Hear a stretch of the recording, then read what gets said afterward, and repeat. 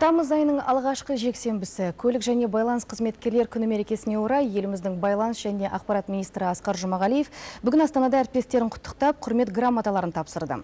Толығырақ тілшіміз Самат Сүлей баяндайды.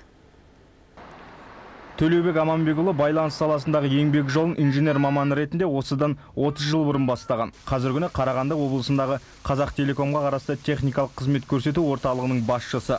Бала кезінен байланысшы болуды мақсат еткен Төлеубек ағаның жұбайы мен ұлы да дәл осы салада қызмет етіп келеді. Келіншегім екеуміз бірге бастадық. Сол техника құрғанда танысқанбыз. Содан бірге үйленіп, содан бір қолсыз келеміз. Байланыс саласына келген себебім сол өзі сол кезде сондай неге техника жағын құмар болдым да кішкене. Сол техника жағын өтіп бара сол көріп, сол өзім қызықтырып, сол автоматты байланыс несін саласын бітіріп, соны бітірген. Төлеубек Аманбекұлы үлкен ұлы Масхаттың алғашқы бітірген мамандығы басқа еді, бірақ таңдағаны бәрібір осы байланыс саласы болды дейді. Бүгінде ол техникалық байланыс жүйесінің басшысы ретінде қызмет атқаруда. Жастарға айтатыным, байланыс саласы өте дамып келе жатыр. Болашағы зор, өте зор. Қазір біле жатыр ғой, көп салалар IDTV дейді, ID-10 шығып жатыр, интернет бәрі осы байланыс саласы арқасында болып жатыр ғой.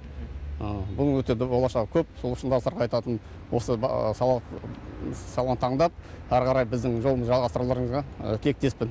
Еліміздегі байланыс саласы мамандардың еңбегі ескеріліп, бүгін бір топ қызметкерлерге құрметті байланысшы төсбелгісі тағылды.